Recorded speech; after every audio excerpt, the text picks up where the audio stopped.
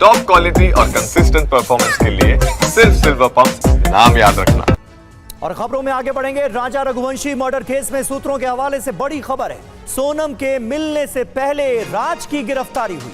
Call details के आधार पर राज को गिरफ्तार किया गया। सोनम के मिलने के बाद राज के साथ वीडियो कॉल पर उसकी बात कराई गई। सोनम के मिलने के बाद दोनों की बात कराई गई थी, यानी सोनम और राज जो कि इस मामले में हत्या के आरोपी हैं, दोनों की आपस में बात कराई गई।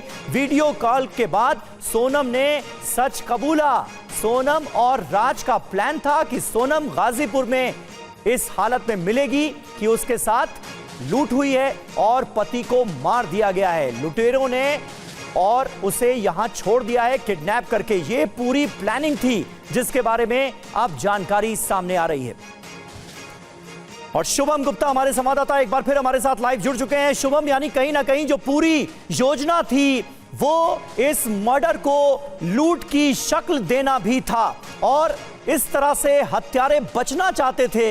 ये नई जानकारी सामने आई है और बाकायदा इस पूरी प्लानिंग को अमल में लाते हुए ही गाजीपुर पहुंची थी सोनम। क्या पता चल रहा है?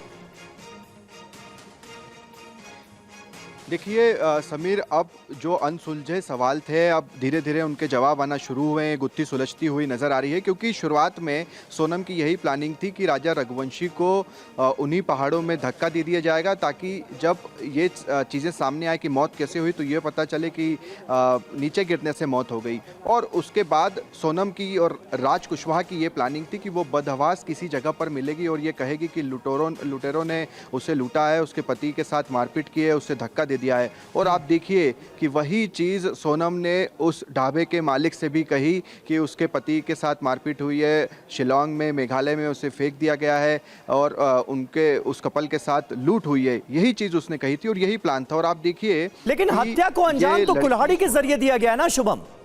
कुल्हाड़ी का इस्तेमाल किया गया है ना राजा रघुवंशी की हत्या के शुरुआत में।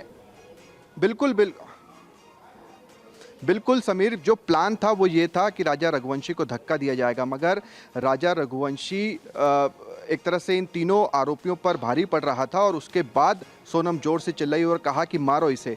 और जो कुल्हाड़ी हाथ में थी वो विशाल नाम के आरोपी ने सबसे पहला वार किया पीछे से, उसके बाद दूसरा वार हुआ और जब इसे धक्का दिया जा रहा था तो वो भी एक तरह से मशक्कत इन तीनों आरोपियों को करनी पड़ रही थी और आखिरकार सोनम ने अपने ही पति को, राजा रघुवंशी को, जोर से धक्का दिया। ये हमें खुद राजा रघुवंशी के भाई विपिन ने बताई है, जो कि उन्हें शिलोंग पुलिस ने सारी की सारी चीजें बताई है। ठीक है शुभम, बहुत बहुत शुक्रिया, बहुत बहुत शुक्रिया। जो जानकारियां सामने आ रही हैं वाकई वो दहला देने वाली हैं, चौंकाने वाली जानकारियां इस मर्डर केस में सामने आ रही हैं।